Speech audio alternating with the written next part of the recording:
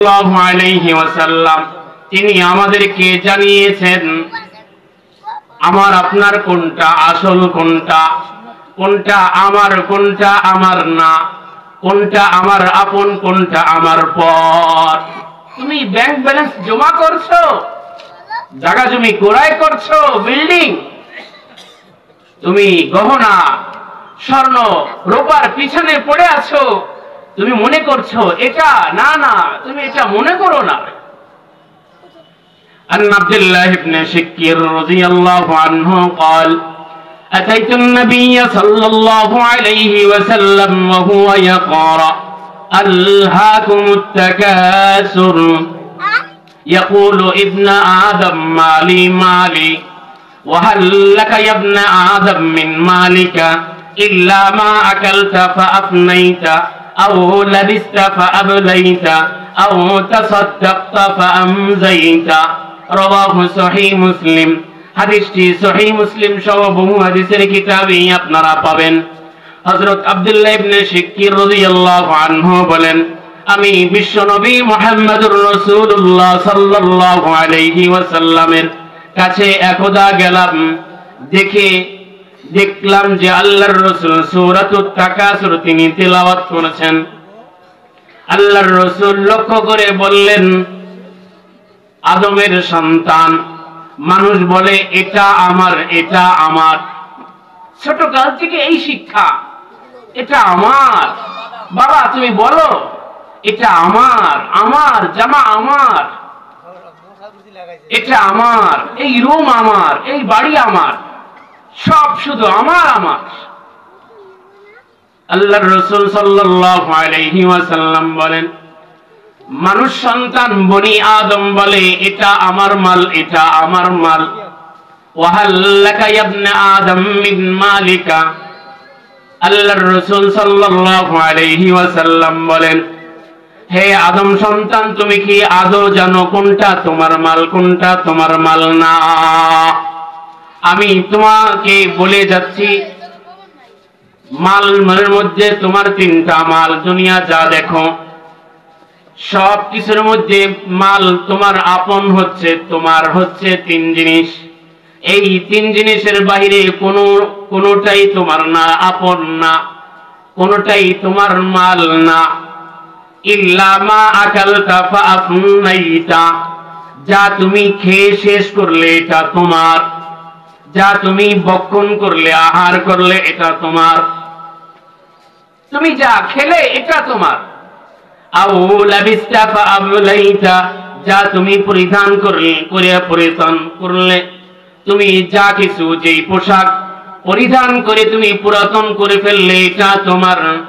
আও তাসাদদাকতা ফাআমজাইতা, যা তুমি সদকা করে তুমি পাঠালে এটা তোমার।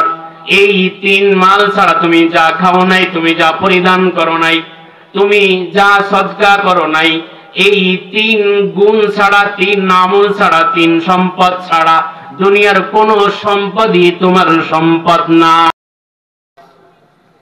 কোরআনের মাহফিলে কেউ বসে হেদায়েতের জন্য, নিজের সংশোধনের জন্য, জান্নাত পাওয়ার জন্য, জাহান্নাম থেকে বাঁচার জন্য, কবরের আযাব থেকে মুক্তির জন্য, কবরের আযাব থেকে নিরাপত্তা নেওয়ার জন্য বান্দার বসার দায়িত্ব হয় আল্লাহ তাআলার জিম্মায়, তাকে হেফাজত করা, মুক্তি দেওয়ার দায়িত্ব চলে যায়। আল্লাহ তাআলা সেইভাবে আমাকে আপনাকে বলার এবং নেওয়ার তৌফিক দান করেন, আমিন। ইন্নাল হামদালিল্লাহ আলহামদুলিল্লাহিল্লাযী হামদান কাসীরা কামা আমর والصلاة والسلام على سيد الإمام والأنبياء وعلى آله وأصحابه وعلماء أمته وعامته الذين أسروا الهدى على الدجى وسلم تسليما كثيرا كثيرا. أما بعد، فأعوذ بالله من الشيطان الرجيم. بسم الله الرحمن الرحيم. ألهاكم التكاثر حتى زرتم المقابر. آمنت بالله. وعن أنس بن مالك رضي الله تعالى عنهما قال: قال رسول الله صلى الله عليه وسلم: يتبع الميت ثلاث فيرجع اثنان ويبقى معه واحد يتبعه أهله وماله وعمله، فيرجع أهله وماله ويبقى عمله. رواه البخاري ومسلم، أو كما قال رسولنا صلى الله عليه وسلم: إلهي تبت من كل المعاصي بجاه المصطفى مولى الجميع، وهب لي في مدينته قرارا بإيمان والحقني بالبقيع. ऐ खुदा सैराब कर दे आब ज़मज़म से मुझे, इस्तिला में हजर अस्वद से मुशर्रफ कर मुझे। कर लगिया कंदुरे मुन कर लगिया हशो,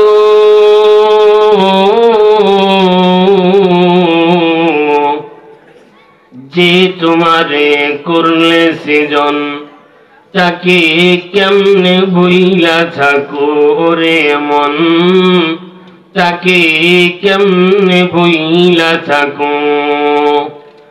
লা ইলাহা ইল্লাল্লাহ, লা ইলাহা ইল্লাল্লাহ, লা ইলাহা ইল্লাল্লাহ, লা ইলাহা ইল্লাল্লাহ। তুমি গোয়ম মুসলমানম বলরজম के दानम मुश्किलाते ला इलाहरा, के दानम मुश्किलाते ला इलाहरा। ला इलाहा इल्लल्लाह, ला इलाहा इल्लल्लाह, ला इलाहा इल्लल्लाह। रहे मेरे मस्कन हवाली काबा, बने मेरे मदफन दियारे मदीना। সকলে মহব্বতের সাথে আবেগ নিয়ে ভালোবাসা নিয়ে দুরূদ ইব্রাহিম পাঠ করি। اللهم صل على محمد وعلى آل محمد كما صليت على إبراهيم وعلى آل إبراهيم إنك حميد مجيد اللهم بارك على محمد وعلى آل محمد كما باركت على إبراهيم وعلى آل إبراهيم إنك حميد مجيد الحمد لله চৌটাইল কবরস্থানের উদ্যোগে আয়োজিত প্রথম ওয়াজ ও মাহফিলের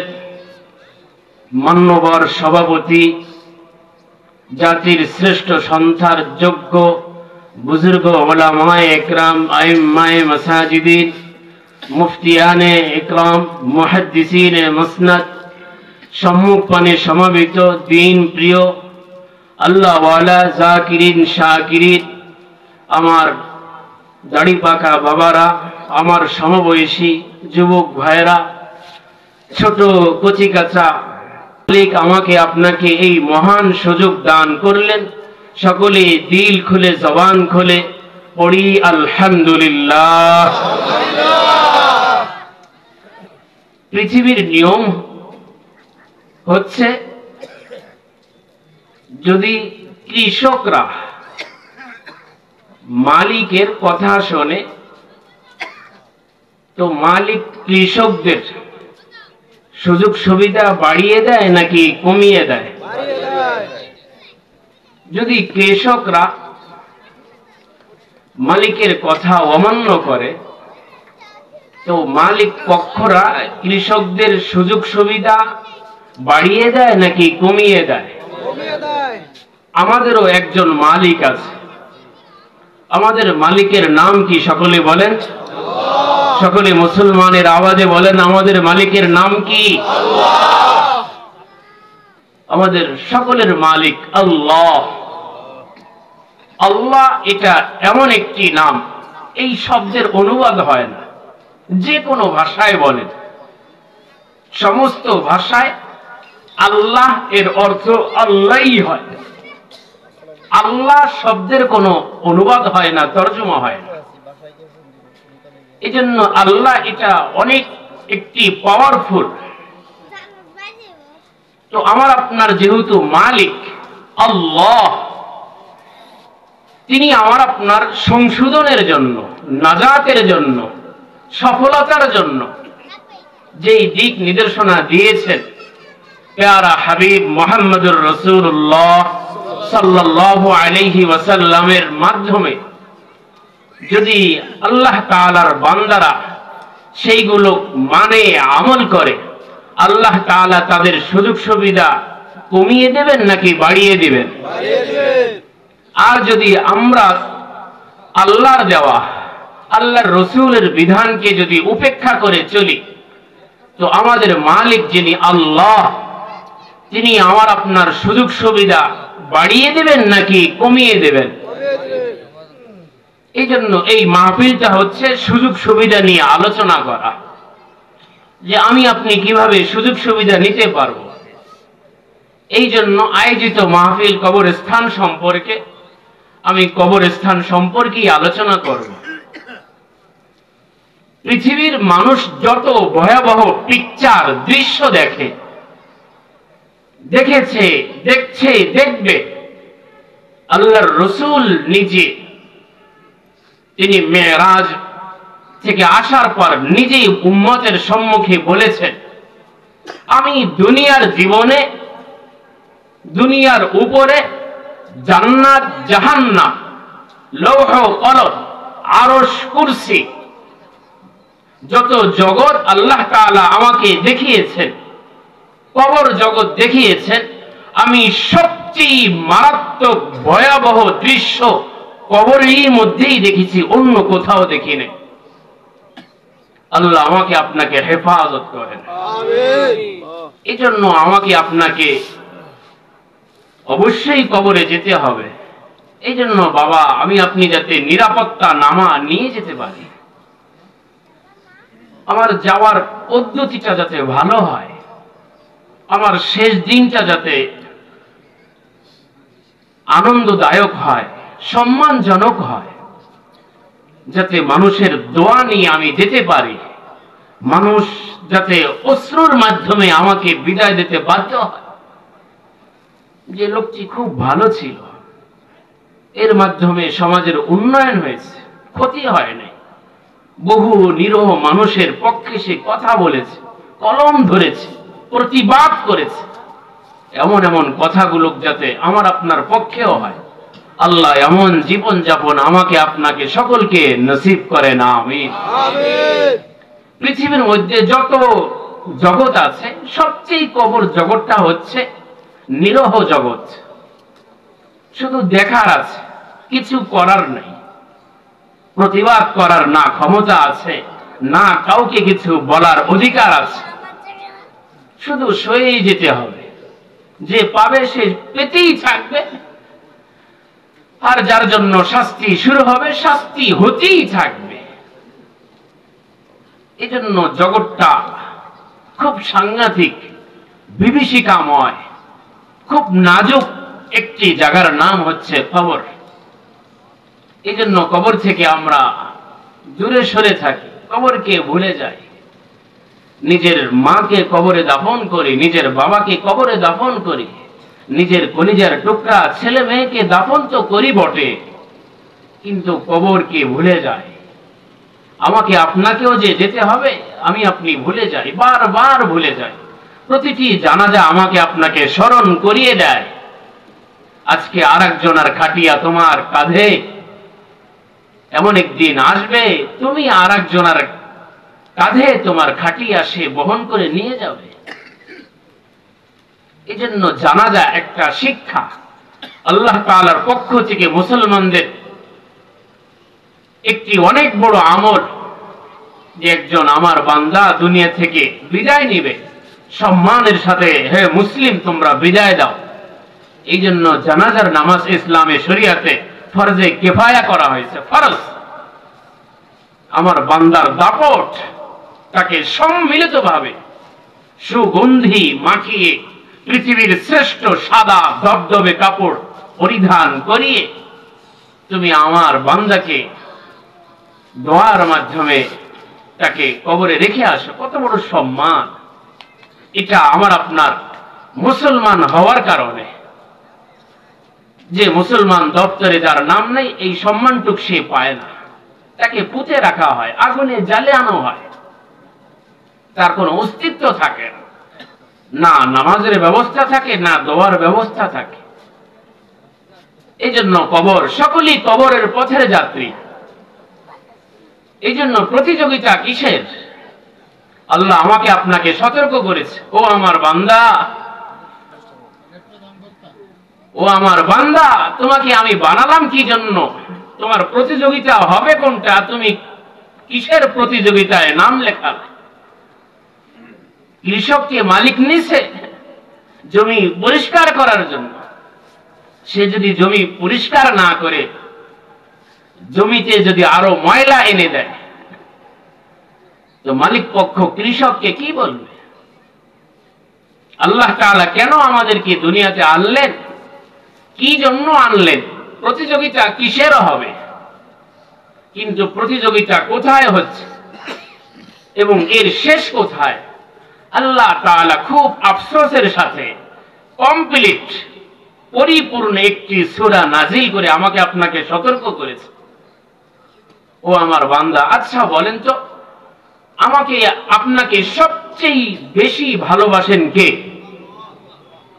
বলেন, কে ভালোবাসেন? আল্লাহ। আরো জোরে আওয়াজে বলেন, কে ভালোবাসেন? আল্লাহ। এই ব্যাপারে কোনো সন্দেহ আছে? এই জন্য দেখবেন যখন কেউ নাই, তখন আল্লাহর রহমত আমার সাথী, আমার সঙ্গী। কোভিড-19 সকলেই পার করছেন, জানেন আমাদের দেশ একেবারে নিরহ দেশ, ঘন বসতি, বিজ্ঞান টেকনোলজি সায়েন্স যা বলে, পৃথিবীর দর্শন তো এটাই বলে, এই দেশের সব মানুষ মরে যাওয়ার কথা ছিল। কিন্তু আল্লাহ তাআলার অসংখ্য অগণিত দয়া, ভালোবাসা, মহাব্বত, করুণা আমার আপনার প্রতি, সারা বিশ্বের মধ্যে আমাদের দেশের মানুষের মরে যাওয়ার সংখ্যা সবচেয়ে কম হয়েছে। সুবহানাল্লাহ, সুবহানাল্লাহ। এর চেয়ে ঘন বসতি কোনো জায়গায় নেই। আজও আল্লাহ আমাকে আপনাকে মহব্বত করেন, এর প্রমাণ হচ্ছে এই মজলিস। এত গভীর রাতে পৃথিবীর অন্য কোথাও পাবেন না যে রাত 9টার পরে 10টার পরে বিজ্ঞ মানুষ, শিক্ষিত মানুষ, ধনী মানুষ, দাপটশীল মানুষ হাঁটু গেড়ে অসহায়ের মতন বসে বসে কোরআনের তেলাওয়াত শুনে, আওয়াজ শুনে। আল্লাহ তাআলা এই জমিনের প্রতি অসংখ্য অগণিত আল্লাহর রহমত, করুণা, দয়া আছে। এই জন্য এখানে ওলি আল্লাহর সংখ্যা বেশি, মাসাজিদ মাদ্রাসার সংখ্যা বেশি, দিনদার মানুষের সংখ্যা বেশি। এই জন্য সমস্ত অমুসলিম, নাস্তিক, মুরতাদ, ইহুদিদের টার্গেট আমাদের বাংলাদেশ। আল্লাহ আমাকে আপনাকে বুঝ দান করেন। তো বলছিলাম, মালিক আমাকে আপনাকে পাঠিয়েছে। কি জন্য পাঠিয়েছে? আমাকে আপনাকে প্রতিযোগিতার জন্য পাঠিয়েছেন। প্রতিযোগিতা হবে নেক আমলের। ফাস্তাবিকুল খায়রাত, ফাস্তাবিকুল খায়রাত। আল্লাহ তাআলা আমাকে আপনাকে আদেশ করেছেন, কল্যাণের তুমি প্রতিযোগিতা করো, নেক আমলের তুমি প্রতিযোগিতা করো। وسارعوا إلى مغفرة من ربكم وجنة عرضها السماوات والأرض أعدت للمتقين। তুমি প্রতিযোগিতা করো, দৌড়াও, সামনে বাড়ো। কিসের জন্য বাড়বে? আল্লাহর পক্ষ থেকে তুমি নিরাপত্তা নামা নাও, মাগফিরাত নাও। আল্লাহর পক্ষ থেকে তুমি সন্তুষ্ট নাও। তুমি তোমার মালিককে সন্তুষ্ট করেছো, এই কার্ড তুমি নাও। আজকে তুমি অমুক দলের নেতা তোমাকে একটা কার্ড দেয় যে তুমি গোপনে সাক্ষাৎ করো, আমার কাছে আসো, আমার হলরুমে আসো। এটা ভাগ্য, কপাল। আল্লাহ তারাও আমাকে আপনাকে বলেছে যে বান্দা তুমি প্রতিযোগিতা করো ইবাদতের, আমলের। কে কার আগে আমার পক্ষ থেকে মাগফিরাত নিতে পারো? কে কার আগে আমি রব্বে কারীমের পক্ষ থেকে রিজওয়ান ওয়া রিজওয়ানুম মিনাল্লাহি আকবার, আমি রব্বে কারীমের পক্ষ থেকে কে হালকা একটু সামান্য পরিমাণ সন্তুষ্ট নিতে পারো, রাজি নিতে পারো? মুফাসসিরিনে ইকরাম বলেন তানবিন 5 প্রকার। রিজওয়ানুন, এখানে নুনের উপর তানবিন, 2 জবর 2 জের 2 পেশকে তানবিন বলে। মুফাসসিরিনে ইকরাম বলেন এখানে নুন অক্ষরের উপর যেই তানবিন, এই তানবিনটা লিতাকলিল, অল্প বুঝানোর জন্য এসেছে। এই আয়াতের অর্থ এটা, যদি কোনো বান্দা কোনো বান্দির উপর আল্লাহ তাআলা সামান্য পরিমাণে যদি রাজি, সন্তুষ্ট, খুশি হয়ে যান, এটা তার জন্য অনেক বড় একটা প্রতিদান, পুরস্কার। সুবহানাল্লাহ। সরকার, প্রাইম মিনিস্টার আমার প্রতি সন্তুষ্ট, হালকা সন্তুষ্ট, এটা অনেক বড় একটা প্রাপ্তি। এজন্য প্রফেসর হামিদুর রহমান রহমতুল্লাহি আলাইহি চলে গেছেন। আমাদের বাংলাদেশ বুয়েটের একজন প্রফেসর ছিলেন। হাফিজ হুজুর রহমতুল্লাহি আলাইহির খলিফা ছিলেন। হাফিজ হুজুরের সাথে তিনি বায়াত হয়েছেন। হাফিজ হুজুর রহমতুল্লাহি আলাইহি বলছেন তুমি কায়দা পড়ো। বলছে হুজুর কায়দা পড়ছে। বলছে আমপারা পড়ো। বলছে আমপারা হয়েছে হুজুর। তো বলছে এখন কোরআন শরীফ শেখো। শেখা হয়ে গেছে। কি করবো হুজুর? তো বলছে তুমি বাচ্চাদেরকে পড়াও। তো বাচ্চাদেরকে কায়দা পড়াইছে, আমপারা পড়াইছে, কোরআন শরীফ পড়াইছে। হাফিজ হুজুর রহমতুল্লাহি আলাইহির কাছে গেছে যে হুজুর বাচ্চাদেরকে তো পড়াইলাম। তো হুজুর খুব কাছে নিয়ে জড়াই ধরে প্রফেসর হামিদুর রহমানের কপালে একটা চুমা দিচ্ছে। প্রফেসর হামিদুর রহমান তিনি তার কিতাবে লিখে গেছে, হাফিজজি হুজুরের মুখ থেকে জড়িয়ে ধরে আমি সাধারণ একজন জেনারেল শিক্ষিত হামিদুর রহমান একটা যে চুমো পাইলাম, আমার জীবনের এই চুমো পাওয়াটা সবচেয়ে বড় আমার কাছে এটাকে ডিগ্রি মনে হয়েছে। আমি একজন সাধারণ মানুষ, হাফিজ হুজুরের মতন একজন ব্যক্তিত্ব, তিনি আমাকে জড়িয়ে ধরে চুমো দিয়েছেন। কয়জনকে তিনি দিয়েছেন? তো আল্লাহ তাআলার হালকা পরিমাণ দয়া ভালোবাসা, এটা আমার আপনার নাজাতের জন্য যথেষ্ট। সুবহানাল্লাহ। এজন্য ওসিলা খোঁজা চাই। এজন্য আল্লাহ তাআলা আমাকে আপনাকে বানিয়েছেন, ভালো আমলের জন্য বানিয়েছেন, নেক আমলের জন্য বানিয়েছেন, আনুগত্যের জন্য বানিয়েছেন, দুনিয়ার জন্য বানান নাই। হ্যাঁ, দুনিয়ার পিছনে ছোটাটা কোনো অন্যায় না। আখেরাত আগে দুনিয়া পরে, দুনিয়া আগে আখেরাত পরে, এমন না। এই জন্য আল্লাহ তাআলা দোয়া শিখাইছেন, রব্বানা আতিনা ফিদ দুনিয়া হাসানাহ ওয়া ফিল আখিরাতি হাসানাহ ওয়া কিনা আযাবান নার।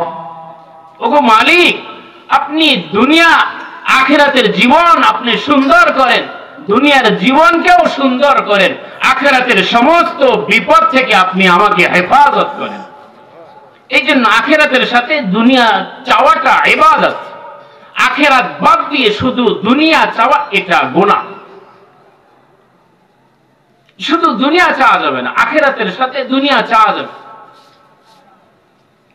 এই জন্য আল্লাহ তাআলা সূরাতুত তাকাসুর নাযিল করেছেন। আধিক্যতা, লোভ লালসা, দুনিয়া নিয়ে বাড়াবাড়ি না, প্রতিযোগিতা না, এটা আল্লাহ তাআলার কাছে পছন্দনীয় না, আল্লাহ তাআলার হাবিবের কাছেও পছন্দ না। আল্লাহ তাআলা তিনি আমাকে সতর্ক করেছেন, ডাক দিয়েছেন, আলহাকুমুত তাকাসুর। একে অপরের প্রাধান্য, দুনিয়ার লাভ লালসা দিয়ে একে অপরের জন্য প্রাধান্য, দুনিয়ার চাকচিক্য তোমাদেরকে আখিরাত থেকে আল্লাহ তাআলা থেকে গাফেল করে রেখেছে। আলহাকুমুত তাকাসুর। আজকে তুমি কয় বিঘা জমির মালিক হলা, সে 10 বিঘা আমাকে 12 বিঘার হতে হবে। সে এক বিল্ডিং এর মালিক, আমাকে 2 বিল্ডিং এর মালিক হতে হবে। সে এক প্রতিষ্ঠানের মালিক, আমাকে 2 প্রতিষ্ঠানের মালিক হতে হবে। দুনিয়া নিয়ে প্রতিযোগিতা না, দুনিয়ার প্রতিযোগিতা তোমাদেরকে আখিরাত থেকে আল্লাহ তাআলা থেকে গাফিল করে রেখেছে। এই গাফলাতি অলসতা কোন দিন পর্যন্ত, কখন শেষ হবে? হাত্তা যুরতুমুল মাকাবির। আল্লাহ তাআলা বলেন, তোমাদের দুনিয়ার চাকচিক্যর যে একে অন্যের উপর প্রাধান্য, এই প্রতিযোগিতা মৃত্যু না আসা পর্যন্ত, তুমি কবরে না পৌঁছা পর্যন্ত থাকবে। এই একে অপরের প্রাধান্য তোমাদেরকে কবর পর্যন্ত পৌঁছে দিবে। अरे आकिल न हो गाफिल, अरे आकिल न हो गाफिल, तुझे इस दुनिया से जाना है, एक दिन अपना मुंह खुदा को दिखाना है। मौत को समझा है गाफिल इख्तितामे जिंदगी, दर हकीकत मौत तेरे इब्तिदाई जिंदगी। जिंदगी अज बराए बंदगी, जिंदगी बेबंदगी अज शर्मिंदगी। তুমি মৃত্যুকে জীবনের শেষ মনে করো না, এটা জীবনের শেষ না, আরেকটি জীবনের সূচক। এই জন্য তুমি পার পাবে না, বাঁচতে পারবে না। আল্লাহ তাআলা বলেন, দুনিয়ার প্রতিযোগিতা তোমাদেরকে কবর পর্যন্ত নিয়ে যাবে। এই জন্য তুমি দুনিয়ার পিছনে ছুটো না, দুনিয়ার পিছনে যাইও না। ইয়া আইয়ুহাল্লাযীনা আমানু লা তুলহিকুম আমওয়ালুকুম ওয়ালা আওলাদুকুম আন যিকরিল্লাহ ওয়া মান ইয়াফআল যালিকা ফাউলাইকা হুমুল খাসিরুন। আল্লাহ তাআলা বলেন, হে মুমিনগণ, তোমাকে যেন দুনিয়ার সন্তান সন্ততি ধন সম্পদ আমি আল্লাহর স্মরণ থেকে গাফেল করে না দেয়। তুমি দুনিয়ার পিছনে পড়ে আমি রবকে যেন না ভুলো। যদি তুমি আমাকে ভুলে যাও, দুনিয়ার প্রেমে পড়ে যাও, আমাকে তুমি ছেড়ে দাও, যদি এই স্বভাব তোমার মধ্যে প্রবেশ করে এসে যায়, তাহলে কিন্তু তুমি দুনিয়াতেও ক্ষতিগ্রস্ত হবা, আখিরাতেও কিন্তু তোমার ক্ষতিগ্রস্তদের তালিকায় তুমি চলে যাবা। এই জন্য আমার স্মরণ থেকে তুমি উদাসীন হয়ো না, গাফেল হয়ো না।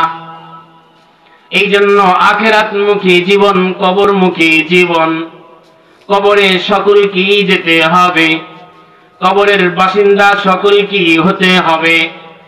কবর থেকে কেউ নিস্তার পাবে না, প্রশ্ন থেকে কেউ রেহাই পাবে না, সকলকেই কবরে যেতে হবে।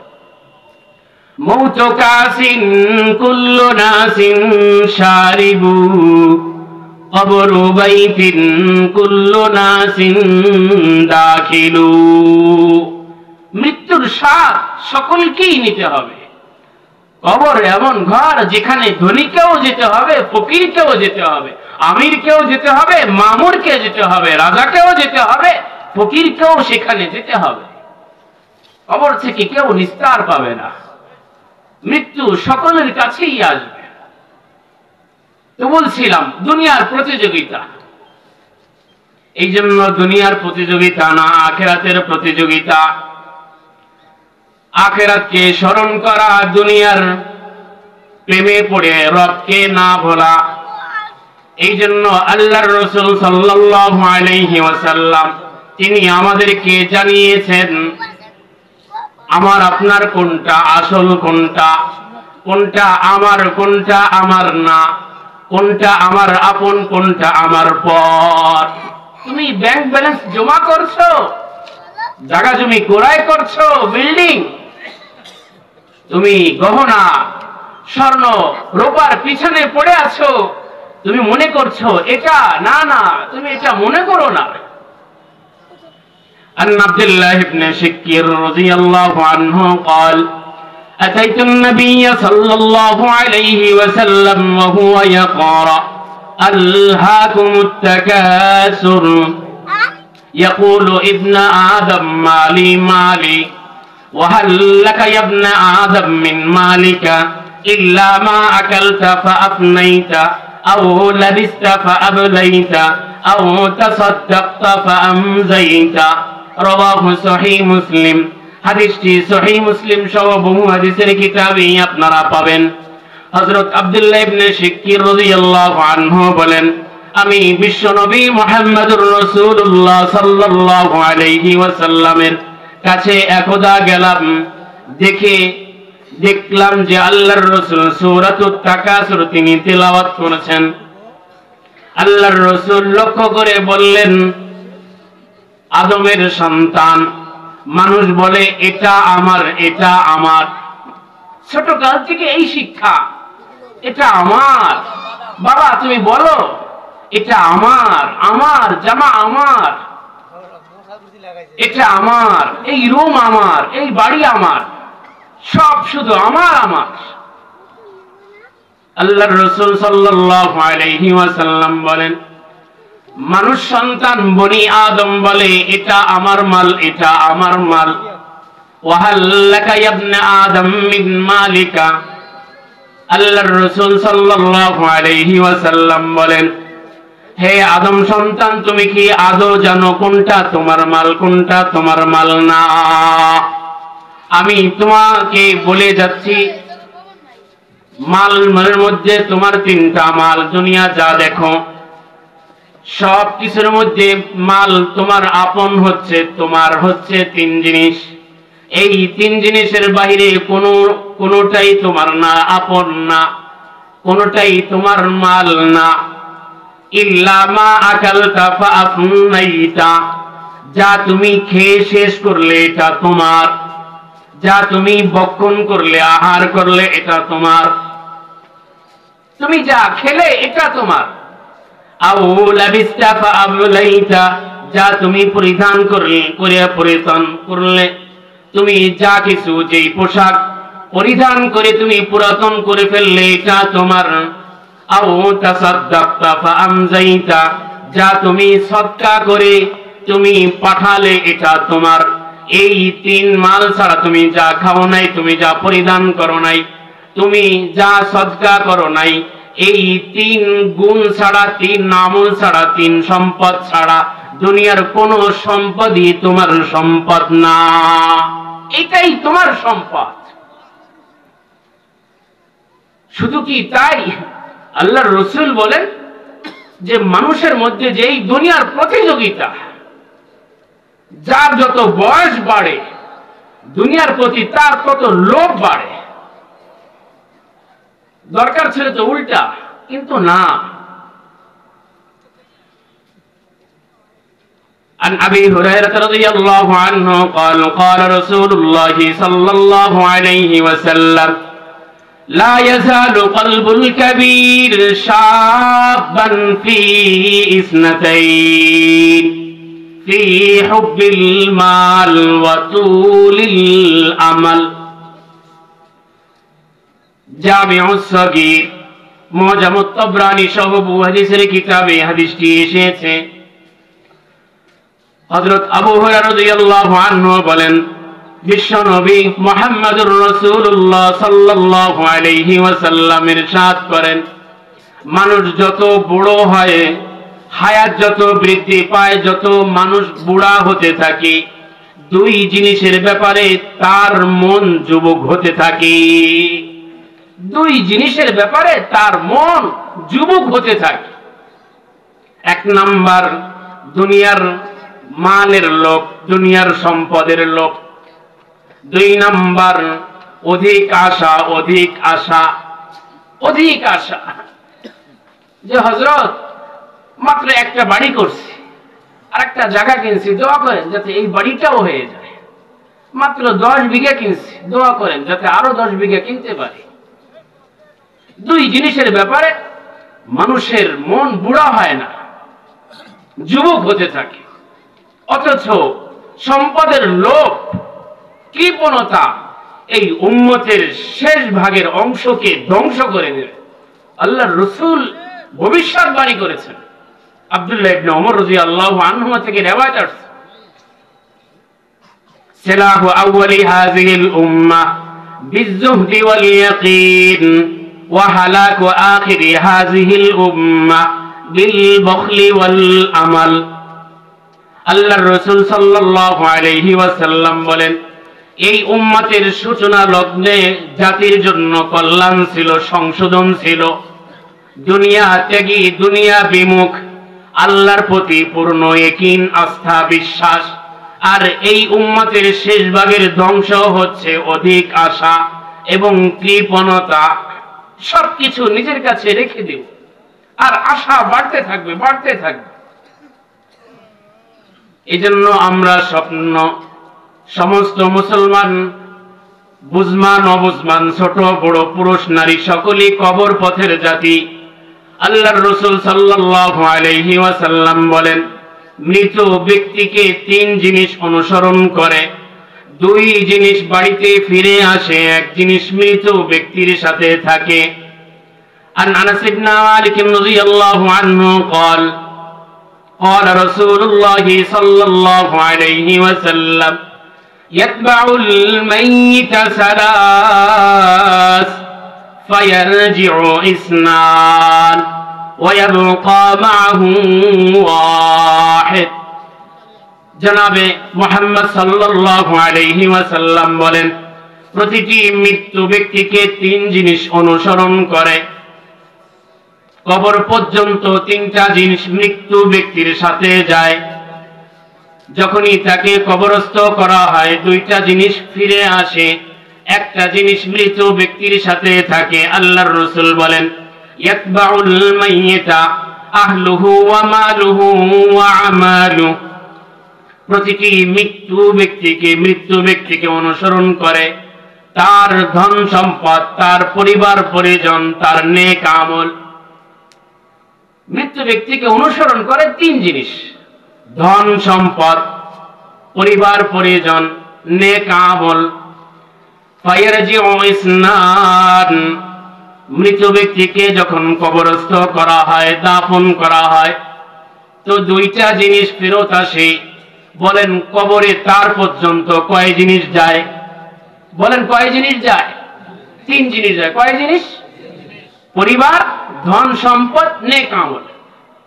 মৃত ব্যক্তিকে দাফন করা হয়ে গেছে, তিন জিনিসের দুই জিনিস ফেরত আসে, সম্পদ ফেরত আসে, পরিবার পরিজন ফেরত চলে আসে, তার সঙ্গে শুধু তার নেক আমল থেকে যায়, শুধু নেক আমল। এই জন্য অপর হাদিসে আল্লাহর রাসূল বলেছেন, ফাআসিরু মা আবকা আলা মা ইয়াফনা, যেটা থাকে সেটাকে প্রাধান্য দাও, যেটা থাকে না তাকে প্রাধান্য তুমি দিও না। তোমার বিপদের কালে যেই জিনিস তোমার কাছে থাকবে, সঙ্গ থাকবে, সাথী হবে, তুমি সেই নেক আমলকে প্রাধান্য দাও, অগ্রাধিকার দাও। যেটা তোমাকে অসহায় অবস্থায় রেখে চলে আসবে তাকে তুমি প্রাধান্য দিও না। এই জন্য কবর পথে সকলকেই যেতে হবে। এই জন্য নেক আমলকে প্রাধান্য দেওয়া, যাতে নেক আমল আমার আপনার সঙ্গ হয়, সাথী হয়। কেননা নেক আমল ছাড়া আমার আপনার বাঁচার দ্বিতীয় কোনো উপায় নাই। আমাকে আপনাকে সকলকে মৃত্যুবরণ করতে হবে, জানাজা হবে, খাটিয়ার উপর আমাকে আপনাকে তোলা হবে, নামাজ শেষ হবে, কবরস্থ করা হবে। আল্লাহর রাসূল সাল্লাল্লাহু আলাইহি ওয়াসাল্লাম বলেন, মৃত্যু ব্যক্তিকে যখন কবরে শোয়ানো হয়, আল্লাহ আব্দু ইযা উযিয়া ফি কবরি, বান্দাকে যখন কবরে রাখা হয়, ওয়া তুওয়াল্লিয়া ওয়া যাহাবা আসহাবুহু, যখন তার আত্মীয় স্বজন তাকে রেখে তার দিকে পিঠকে ফিরে চলে আসে, ওয়া আন্নাহু লা ইয়াসমাউ করআনি আলিহিম, মৃত্যু ব্যক্তি তাদের পায়ের আওয়াজ, জুতার আওয়াজ শুনতে থাকে। কিভাবে শোনে? আল্লাহ তাআলা তার শরীরের মধ্যে দেহ রূহ দিয়ে দেন। এই জন্য তার আত্মীয় স্বজন যারা জানা যায় কাফন দাফনে শরীক হওয়ার পর চলে আসে, তাদের পায়ের আওয়াজ সে শুনতে পায়। বুখারী মুসলিমের রাওয়ায়াত। যখন তারা এত দূর চলে আসে, ফায়াতিহি মালাকান, দুইজন ফেরেশতা তার কবরে তার কাছে চলে আসে। ফাআকআদা, তাকে সুন্দরভাবে বসায় এবং ফায়ুকালান লাহু, তাকে লক্ষ্য করে ফেরেশতা দ্বয় জিজ্ঞাসা করে, মা কুনতা তাকুলু ফি হাযার রাজুল মুহাম্মাদিন সাল্লাল্লাহু আলাইহি ওয়াসাল্লাম। আল্লাহর রাসূল সাল্লাল্লাহু আলাইহি ওয়াসাল্লামের ব্যাপারে তাকে জিজ্ঞাসা করে। আরো সওয়াল হয়, এই হাদিসে এভাবেই এসেছে যে তুমি তার ব্যাপারে কি বলো, ইনি কেমন? যদি মৃত ব্যক্তি মুমিন হয়, দিনদার হয়, নেককার হয়, ফায়াকুল, যদি সে বলতে পারে, আশহাদু আন্নাহু আবদুল্লাহ ওয়া রাসূলুহু, যদি এই সাক্ষী কবরস্থ ব্যক্তি বলতে পারে তিনি আল্লাহ তাআলার বান্দা এবং তার প্রেরিত রাসূল, ফেরেশতারা তাকে লক্ষ্য করে বলে, উনজুর ইলা মাকআদাকা মিনান নার, তুমি তোমার জাহান্নামের ঠিকানার দিকে তাকাও, তোমার ঠিকানা এই জাহান্নামে ছিল। আবদালাকাল্লাহু বিহি মাকআদান মিনাল জান্নাহ, তুমি এই প্রশ্ন দেওয়ার ফলে, ঈমানদার হওয়ার ফলে এই জাহান্নামের স্থানের পরিবর্তে আল্লাহ তাআলা তোমাকে এই জান্নাতের স্থান দিয়েছেন। সুবহানাল্লাহ, তোমাকে এই জান্নাতের স্থান দিয়েছেন। আর যদি বান্দা বান্দি প্রশ্নের উত্তর না দিতে পারে, যদি বলে হায় হায় হা হা লা আদ্রি, আমি জানি না, আমি জানি না, বারা ইবনে আযিব রাদিয়াল্লাহু আনহু থেকে ভিন্ন riwayat আসছে, তো তার জন্য অনেক বিপদের সূচনা শুরু হয়ে যায়। আল্লাহর পক্ষ থেকে ঘোষণা হয়, ফায়ুনাদি মুনাদিম মিনাস সামা ফাআফরিশু মিনান নার ওয়া আলবিসু মিনান নার। তার পোশাক তার শরীর থেকে তোমরা খুলে ফেলে জাহান্নামের পোশাক পরিধান করিয়ে দাও। তার কবরের বিছানা তোমরা উঠিয়ে ফেলে জাহান্নামের বিছানা তার জন্য বিছিয়ে দাও। জাহান্নামের পোশাক পরাও, জাহান্নামের বিছানা তার কবরে বিছিয়ে দাও। ويضيق عليه قبره حتى تختلف أضلاعه। আল্লাহর রাসূল সাল্লাল্লাহু আলাইহি ওয়াসাল্লাম বলেন, বেঈমান নাফরমানের কবর এতটা আল্লাহ তাআলা সংকীর্ণ করে দেন, চাপিয়ে দেন, ফলে তার এক পার্শ্বের হাড্ডি আর এক পার্শ্বের হাড্ডির সাথে এইভাবে মিশে যায়, ঢুকে যায়।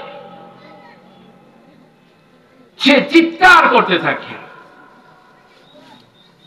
অপর রিওয়ায়াতে আসছে আল্লাহর রাসূল সাল্লাল্লাহু আলাইহি ওয়াসাল্লাম বলেন, সুম্মা ইউকাইয়াদু লাহু আ'মা ওয়া আবকাম মা'হু মিরজিবাতুন মিন হাদীদ।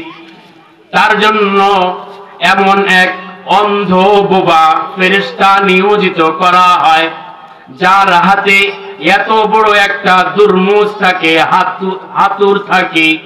লাউ যারাবা বিহা আলা জাবালিন লাসারা তুরাবা।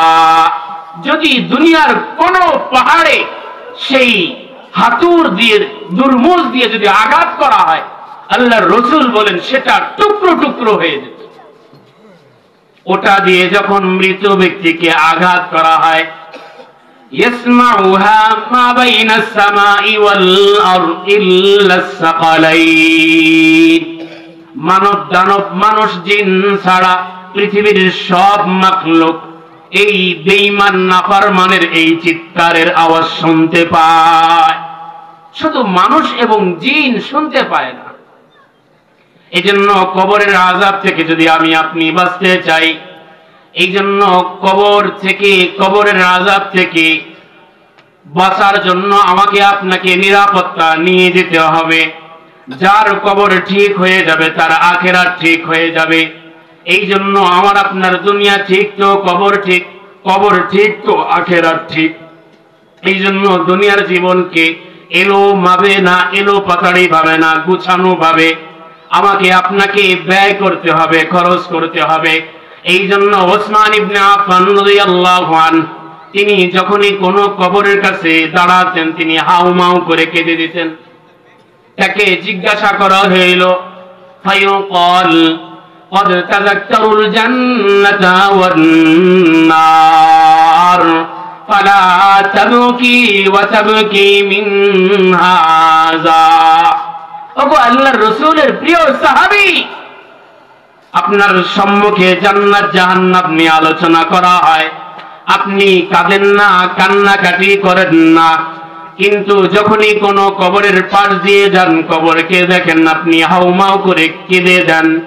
শুধু কি তাই, আপনার ক্রন্দনের কারণে আপনার দাড়ি ভিজে যায়। এই হাদিসের ব্যাখ্যা এসেছে, ওসমান রাদিয়াল্লাহু আনহু এত পরিমাণ কবরের আযাবের ভয়ে কাঁদতেন যে ওনার এই চোখের এখান দিয়ে দাগ পড়ে গেছে।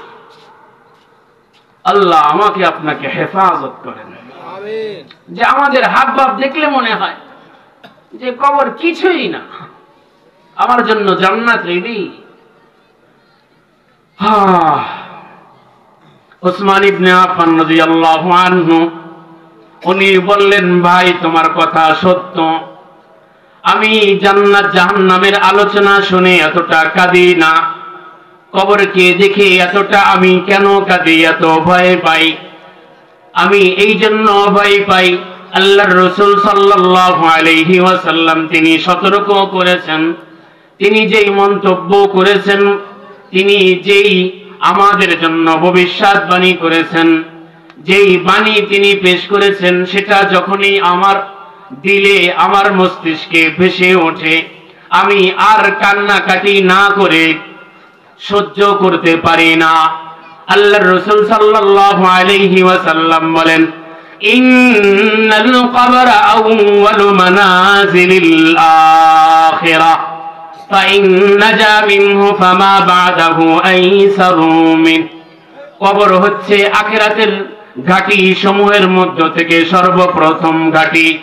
যদি কোনো বান্দা বান্দির জন্য এই কবর সহজ হয়ে যায়, সে যদি পরিত্রাণ পেয়ে যায়, নাজাত পেয়ে যায়, আল্লাহর রাসূল বলেন আখিরাতের আরো যত ঘাঁটি আছে, ধাপ আছে, মঞ্জিল গুলো আছে, তার জন্য অত্যন্ত সহজ থেকে সহজতর হয়ে যাবে। সুবহানাল্লাহ। কবর পার তো সব জায়গায় সে পার হয়ে যাবে।